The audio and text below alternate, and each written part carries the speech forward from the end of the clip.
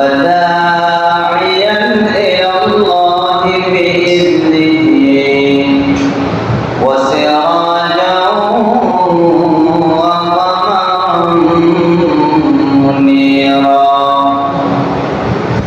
أما بعد فأعوذ بالله من الشيطان الرجيم بسم الله الرحمن الرحيم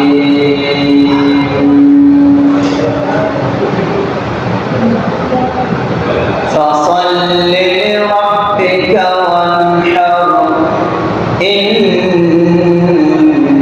شانئك هو الأبتر وقال رسول الله صلى الله عليه وسلم عن أنس بن مالك رضي الله تعالى عنه قال أن النبي صلى الله عليه وسلم قال من أحب أن يبسط له في رزقه وينسأ له في أثره فليصل رحمه أو كما قال عليه الصلاة والسلام صدق الله العظيم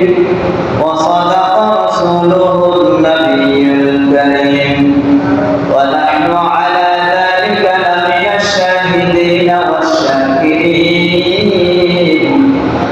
والحمد لله رب العالمين بلغ العلا بكماله كشف الدجى بجماله حسنت جميع خصاله صلوا عليه وآله يا رب صل وسلم دائما أبدا على حبيبك خير الخلق كلهم بلغ العلا بكماله كشف الدجى بجماله حسنت جميع خصاله صلوا عليه وآله সকলে রাসূল পাক সাল্লাল্লাহু আলাইহি ওয়াসাল্লামের মুহাব্বত নিয়ে দরুদ পাঠ করে আল্লাহুম্মা সাল্লি আলা সাইয়্যিদিনা মাওলানা মুহাম্মদ ওয়া আলা আলিহি ওয়া আসহাবিহি ওয়া বারিক ওয়া সাল্লিম সম্মানিত হাজিরিন আল্লাহ পাক রব্বুল আলামিনের দরবারে লাখো কোটি শুকরিয়া জ্ঞাপন করি যে আল্লাহ পাক রব্বুল আলামিন আমাদেরকে দয়া করে মায়া করে মহব্বত করে ভালোবেসে আমাদের এই দুনিয়ার তুচ্ছ হায়াতকে দীর্ঘায়ু করে আমাদেরকে আজকে পবিত্র ঈদুল আযহা এমন একটি খুশির দিন উৎসবকে পালন করার জন্য তৌফিক দান করেছেন। এজন্য আমরা প্রত্যেকে আল্লাহ পাক রব্বুল আলামিনের দরবারে শুকরিয়া আদায় করি আলহামদুলিল্লাহ। সম্মানিত হাজিরিন আল্লাহ পাক রব্বুল আলামিন আমাদের সবাইকে আজকে ঈদগাহের মাঠে অনেককে উপস্থিত করে দিয়েছেন।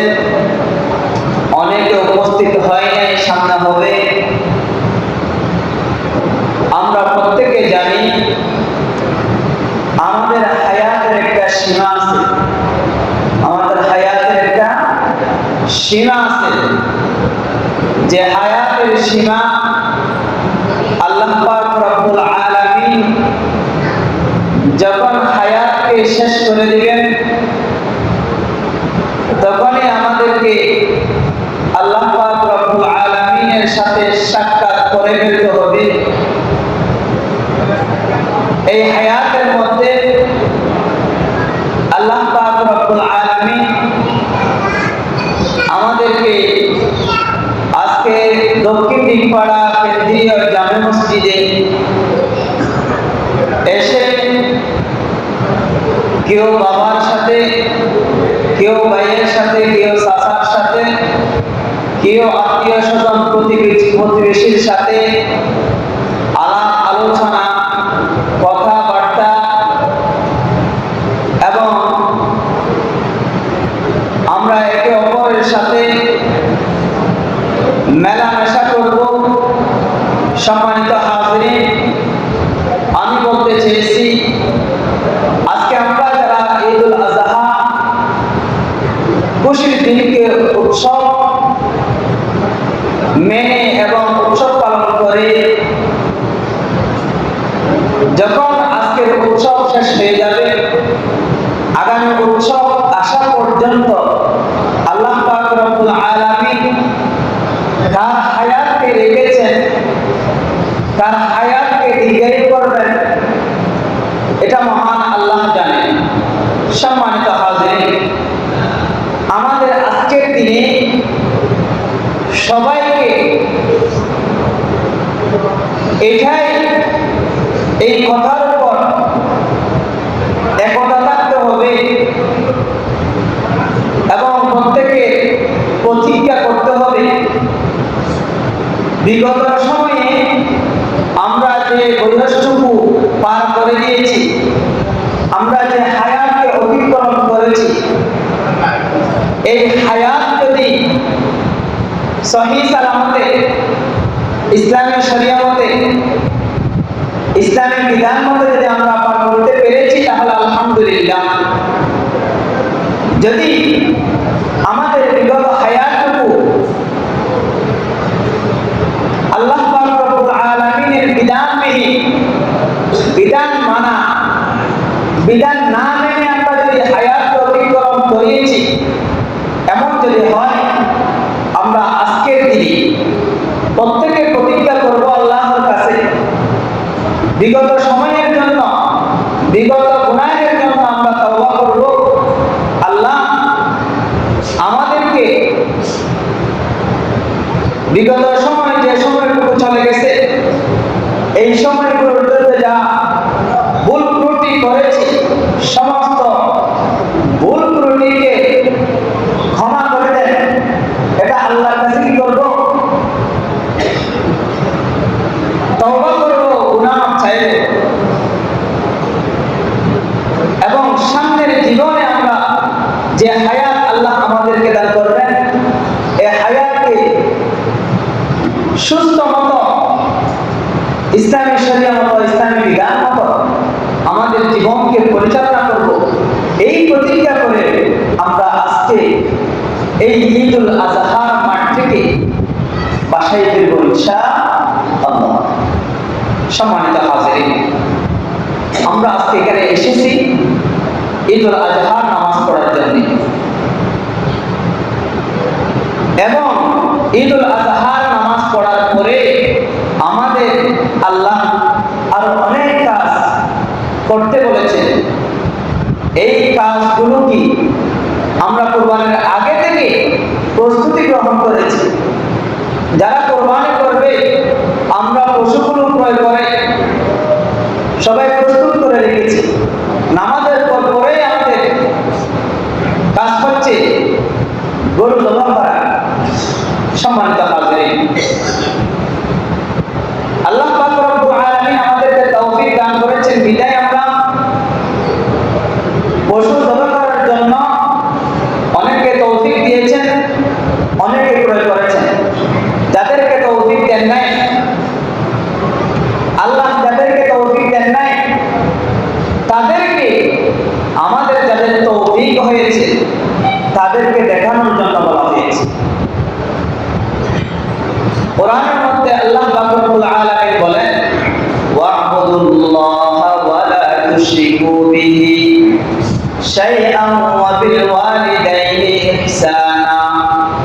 ওয়া বিযিল কুরবা। আল্লাহ পাক রব্বুল আলামিন পবিত্র কালামুল্লাহ শরীফে বলেন, ওয়া'বুদুল্লাহ, আমি আল্লাহর ইবাদত করো,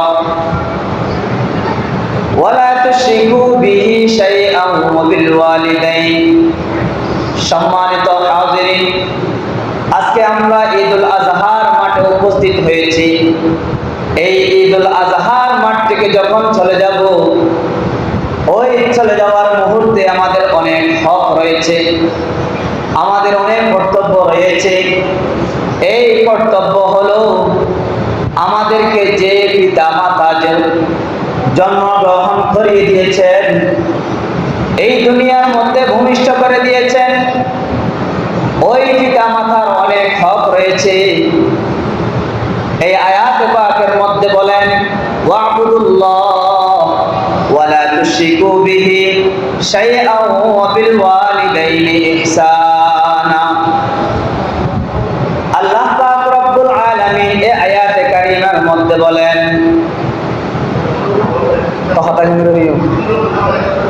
শুরু করে দিল হতাম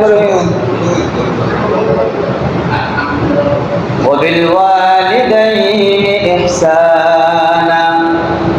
আল্লাহ পাক রব্বুল আলামিন এই আয়াতে কারিমার মধ্যে বলেন, তোমাদেরকে যে পিতা মাতা এই দুনিয়াতে এত কষ্ট করে ভূমিষ্ঠ করে দিয়েছে, ওই পিতা মাতার কি করো? সদ্ব্যবহার করো, ওই পিতা মাতাকে লালন পালন করো। ওয়াবিল ওয়ালিদাইনি ইহসানা। হে আমার প্রিয় মুসলমান ভাইয়েরা, যদি আমার বাবা মৃত্যুবরণ করে থাকে, আমার মা যদি কবরবাসী হয়ে থাকে, তাহলে আমাদের কাজ কি থাকবে? যদি দুনিয়াতে থাকলে আমরা সুসন্তানে আমাদের পিতা মাতার লালন পালন করব, যদি কবরবাসী হয়ে যায় তাহলে আমার কাজ কি থাকবে? আল্লাহ পাক রব্বুল আলামিন বলেন, ও আমার বান্দা, তোমার বাবা কবরবাসী হয়ে গেছে, তবে তোমার হক তো বন্ধ হয় নাই। তোমার মা কবরবাসী হয়ে গেছে, তোমার মায়ের হক তো তোমার কাছে থেকে গেছে। এখন প্রশ্ন আসে, আল্লাহ আমাদের হক কি থাকতে পারে? তোমার মা কবরবাসী হয়ে গেছে, কোনো অসুবিধা নাই। তোমার মাকে যে সমস্ত লালন পালন করতা, যেই টাকাগুলো ব্যয় করে লালন পালন করতা, এই লালন পালন গুলো খবরের অবস্থায় করতে পারবা। হে আমার প্রিয় ভাইয়েরা, যদি দুনিয়াতে বাবার লালন পালন করা যায়, কিভাবে করতে হবে? আল্লাহ পাক রব্বুল আলামিন বলেন, হে আমার প্রিয় বান্দা, তোমার বাবা এবং তোমার মায়ের জন্য এত সুন্দর রাস্তা করে রেখেছি আমি। এটা কি? এটার নাম হচ্ছে ঈসালে সওয়াব। এটার নাম ঈসালে সওয়াব। আজকের খুশির দিন তুমি উপভোগ করতে এসেছো, আজকের উৎসবকে তুমি পালন করতে এসেছো। আজকের উৎসব পালন করার পর তোমার মাকে একটু নজর করে মনে করে দিয়ে তোমার মাকে একটু স্মরণ করো না। তোমার বাবা কবরবাসী হয়ে গেছে, তোমার বাবাকে একটু স্মরণ করে দেখো না। ঈদগার মাঠে আসছো নামাজের পরে, তোমার মায়ের জন্য একটু হাত তুলে দোয়া করে দাও, তোমার বাবার জন্য হাত তুলে দোয়া করে দাও।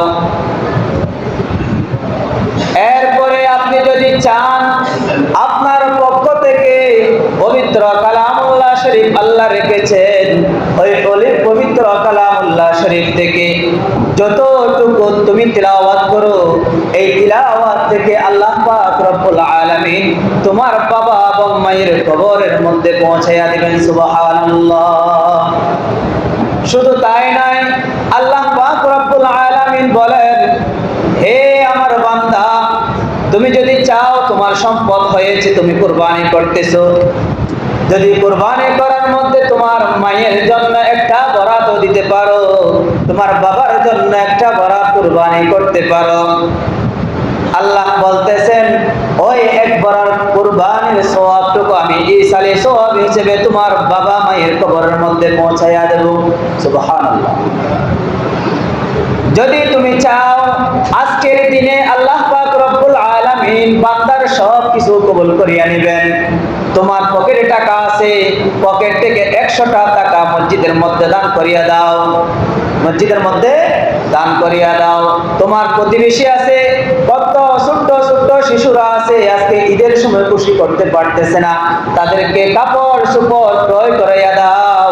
যদি তাও না পারো, আজকে ঈদের সময় যাদের সাথে সাক্ষাৎ হয়, যাদের সাথে দেখা হয়, তাদেরকে অল্প কিছু যতটুকু পারো ততটুকু তোমার বাবা মায়ের ইসারি সওয়াবের জন্য টাকা তাদেরকে হাদিয়া দিয়া দাও।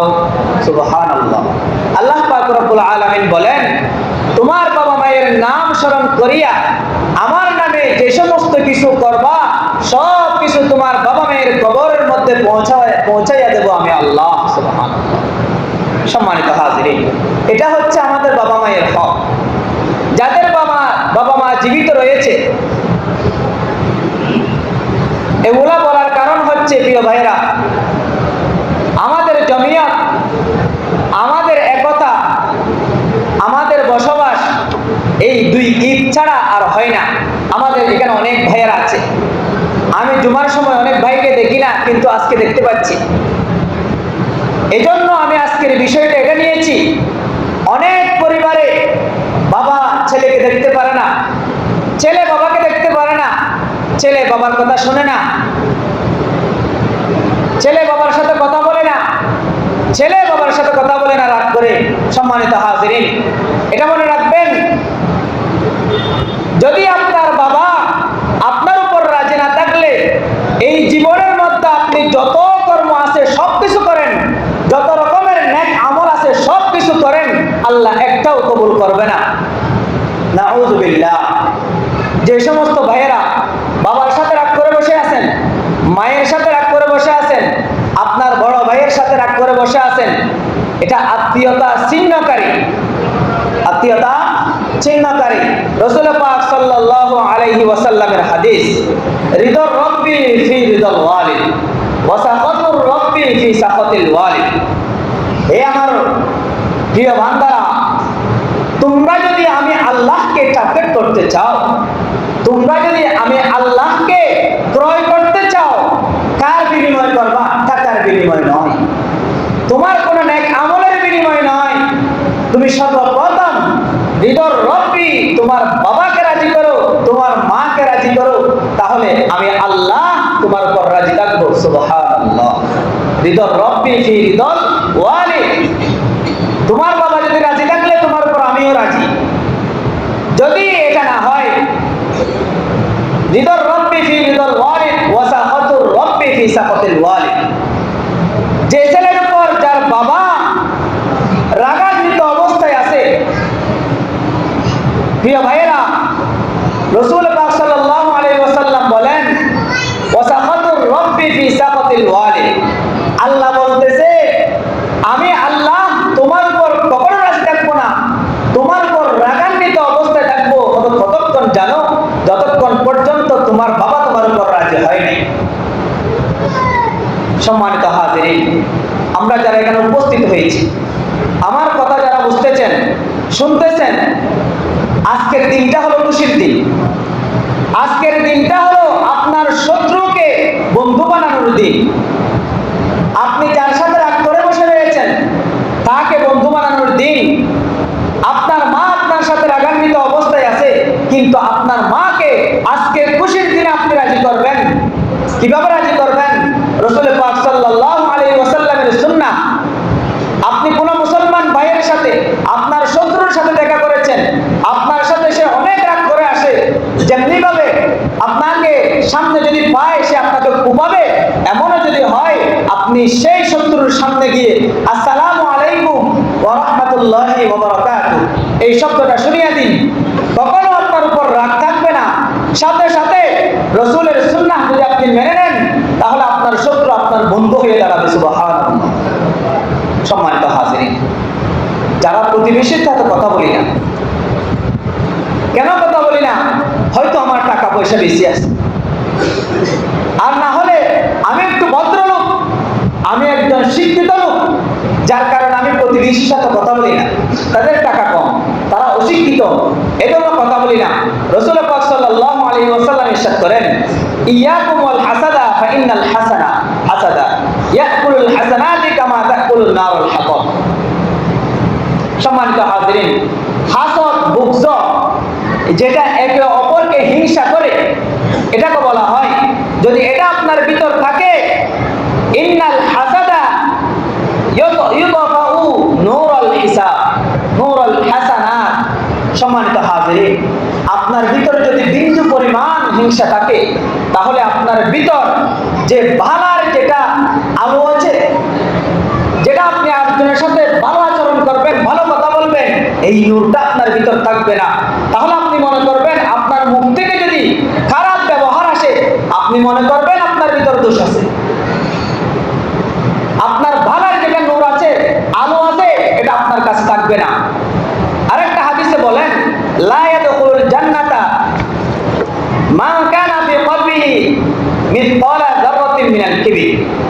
সম্মানিত হাজিরিন, যে মানুষের ভিতরে সামান্য পরিমাণ, মিসকালা যাররা মানে সামান্য, বিন্দু পরিমাণও যদি আপনার ভিতর হিংসা, বিদ্বেষ, বড়ত্ব, আমি সবার থেকে বড়, আমার টাকা আছে, আমার সম্পদ আছে, আমি শিক্ষিত নই, আমি সবার থেকে উপরে, এটা যদি আপনার ভিতর থেকে থাকে, জীবনেও আপনি জান্নাতে প্রবেশ করবেন না। এটা রাসূলের প্রকাশ্য হাদিস। লা ইয়াদখুলুল জান্নাহ, আপনার জন্য জান্নাত হারাম হয়ে যাবে। কেন?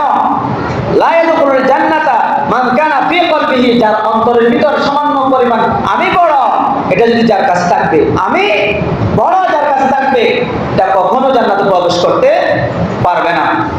সম্মানিত হাজিরিন, আল্লাহ পাক রব্বুল আলামিন আমাদেরকে হায়াত বাড়িয়ে দিয়েছেন। এই তো ঈদের সময় আমাদের সাথে নামাজ পড়ছিল, কিন্তু আজকে ঈদুল আজহাতে আসতে পারে নাই, তারা কবরবাসী হয়ে গেছে। আমরা আজকে ঈদুল আজহার নামাজ আদায় করতেছি, কিন্তু আমরা কখন চলে যাব, আমরা কখন চলে যাব, এটা আমরা নিজেরাও জানি না। এজন্য যাদের বাবা মা জীবিত আছে, যাদের বাবা মা জীবিত আছে, যেটা আমরা পরীক্ষায় এ প্লাস পাই বলি, গোল্ডেন এ প্লাস, যাদের বাবা মা জীবিত আছে তারা গোল্ডেন এ প্লাস পাচ্ছেন। কেন?